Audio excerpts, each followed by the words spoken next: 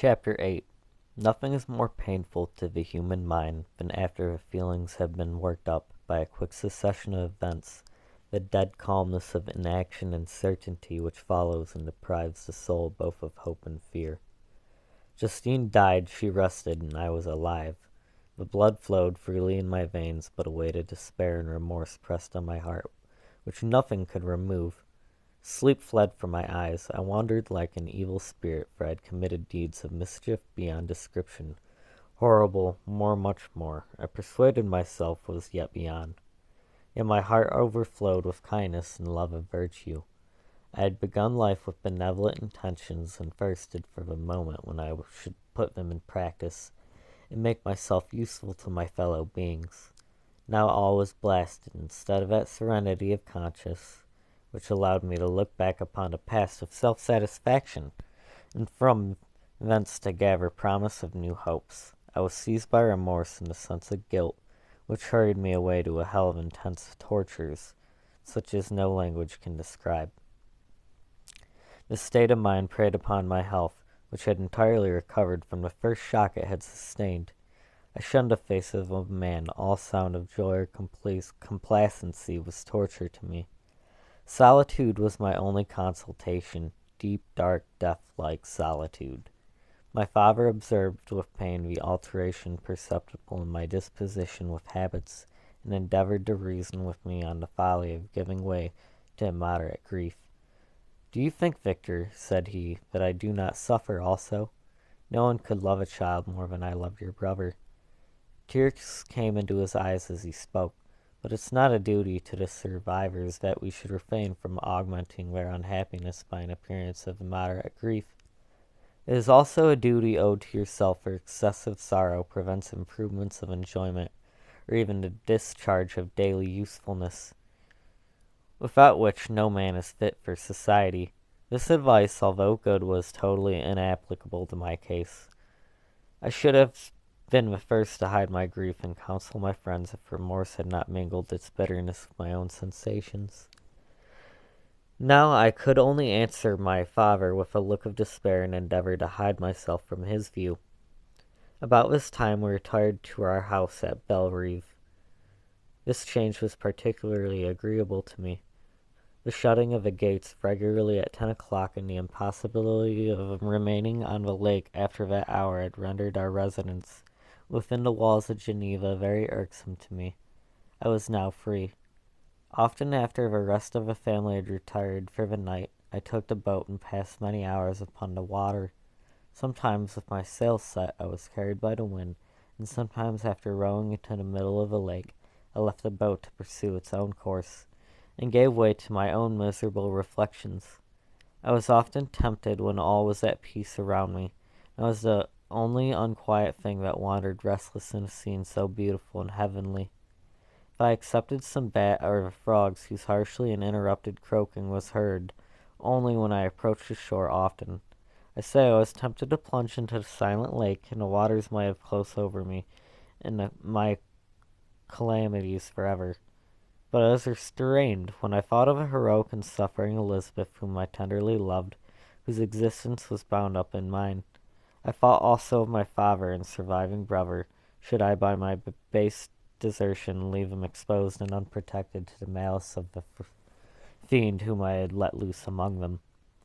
At these moments I wept bitterly, and wished that peace would revisit my mind, only that I might afford them consolation and happiness. But that could not be. Remorse extinguished every hope. I had been the author of unalterable evils, and I believed in daily fear lest the monster whom I had created should perpetrate some new wickedness.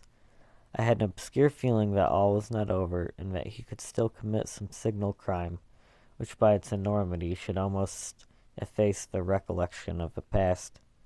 There is always scope for fear, so long as anything I loved remained behind. My abhorrence of this fiend cannot be conceived. When I thought of him, I gnashed my teeth, my eyes became inflamed, and I ardently wished to extinguish that life which I had so thoughtlessly bestowed. When I reflected on his crime and malice, my hatred and revenge burst all bounds of moderation. I would have made a pilgrimage to the highest peak of the Andes, could I, when they had precipitated him to their base. I wished to see him again, that I might wreak the utmost extent of anger on his head and avenge the deaths of William and Justine. Our house was the house of mourning. My father's health was deeply shaken by the horror of recent events. Elizabeth was sad and desponding. She no longer took delight in her ordinary occupations. All pleasure seemed to her sacrilege toward the dead. Eternal woe and fear, she then thought, was the just tribute should pay to innocence so blasted and destroyed. She was no longer the happy creature who in earlier youth wandered with me on the banks of a lake and talked with ecstasy of our future prospects. She had become grave, and often conversed of the inconstancy of fortune and the instability of human life.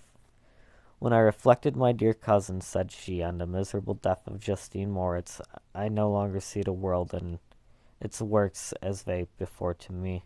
Before I looked upon the accounts of vice and injustice that I read in books and heard from others as the tales of ancient days or imaginary evils. At least they were remote and more familiar to reason than imagination. But now misery has come home, and men appear to me as monsters thirsting for each other's blood. Yet I am certainly unjust. Everybody believed a poor girl to be guilty, and if she could have committed the crime for which she suffered, assuredly, she would have been the most depraved of human creatures. For the sake of a few jewels, to have murdered the son of her benefactor and friend, a child whom she had nursed from its birth, had appeared to love as if it had been her own. I could not consent to the death of any human being, but certainly I could have thought of such a creature, unfit to remain in the society of men. Yet she was innocent. I know, I feel she was innocent. You are of the same opinion, and that confirms me. Alas, Victor, when falsehood can look so like the truth, who can assure themselves of certain happiness? I feel if I were walking on the edge of a precipitation towards which thousands are cowering and endeavoring to plunge me into the abyss. William and Justine were assassinated, and the murderer escaped. He walks about the world free and perhaps respected. But even if I were condemned to suffer on the scaffold for the same crimes, I would not change places with such a wretch. I listened to this discourse with the extremest agony. I not indeed, but in effect, was the true murderer. Elizabeth read my anguish in the countenance, and kindly taking my hand, said, My dearest cousin, you must calm yourself. These events have affected me. God knows how deeply, but I am not so wretched as you are. There is an expression of despair and sometimes of revenge in your countenance. It makes me tremble. Be calm, my dear Victor. I would sacrifice my life to your peace. We surely shall be happy, quiet in our native country, and not mingling in a world that can disturb our tranquillity. She shed tears as she said this, distrusting that the very solace that she gave, but at the same time she smiled that she might chase away the fiend that lurked in my heart. My father, who saw any unhappiness that was painted in my face, only exaggeration of that sorrow which I might naturally feel. I thought that an amusement suited to my taste would be the best means of restoring to me my wonted serenity. It was from this cause that I had removed my country, and induced by the same motive, he now proposed that we should all make an excursion to the valley of Chamonix. I had been there before, but Elizabeth and Ernest never had, and both had often expressed an earnest desire to see the scenery of this place, which had been described of them as so wonderful and sublime. Accordingly, we departed from Geneva on this tour about the middle of the month of August, nearly 2 months after the death of Justine. The weather was uncommonly fine, and if mine had been sorrow to be chased away by the fleeting circumstance, this excursion would certainly have had the effect attended by my father. As it was, I was somewhat interested in the scene, and sometimes lulled, although it could not extinguish my grief. During the first day we traveled in the carriage. In mornings we had seen the mountains at a distance toward which we gradually advanced. We perceived that the valley through which we wound, and which was formed by the river Arve, whose course we followed, closed in upon us by degrees.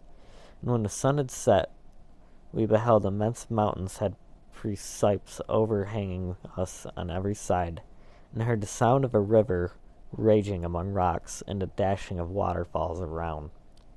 The next day we pursued our journey upon mules, and as we ascended still higher, the valley assumed a more magnificent and astonishing character. Ruined castles hanging on the precipes of piney mountains, the impetuous Arve, and cottages every here and there peeping forth from among the trees, formed a scene of singular beauty, but was augmented and rendered sublime by the mighty Alps, whose white and shining pyramids and domes towered above all us belonging to another earth, the habitations of another race of beings. We passed the bridge of Pellicer, where the ravine which the rivers formed opened before us, and we began to ascend a mountain that overhangs it. Soon after we entered the valley of Camounix. Their valley is more wonderful and sublime, but not so beautiful and picturesque as that of Serval, through which we had just passed. The high and snowy mountains were its immediate boundaries, but we saw no more ruined castles and fertile fields. Immense glaciers approached the road. We heard the rumblings, thunder of falling avalanche, and marked the smoke of its passage. Mont Blanc, the supreme and magnificent Mont Blanc, raised itself from surrounding aiguilles, and its tremendous dome overlooked the valley. During this journey I sometimes joined Elizabeth, and exerted myself to point out to her the various beauties of the scene. I often suffered my mule to lag behind, and indulged in the misery of reflection. At other times I spurred on the animal before my companions, that I might forget them, the world, and more than all myself. When at a distance I alighted and threw myself on the grass, weighed down by horror and despair. At 8 in the evening I arrived at Chamonix. My father and Elizabeth were very much fatigued. Ernest, who accompanied us, was delighted, and in high spirits. The only circumstance that detracted from his pleasures was the south wind and the rain it seemed to promise for the day. We retired early to our apartments, but not to sleep, at least I did not. I remained many hours at the window, watching the pallid lightning that played above Mont Blanc, and listened to the rushing of the Arve, which came below my window.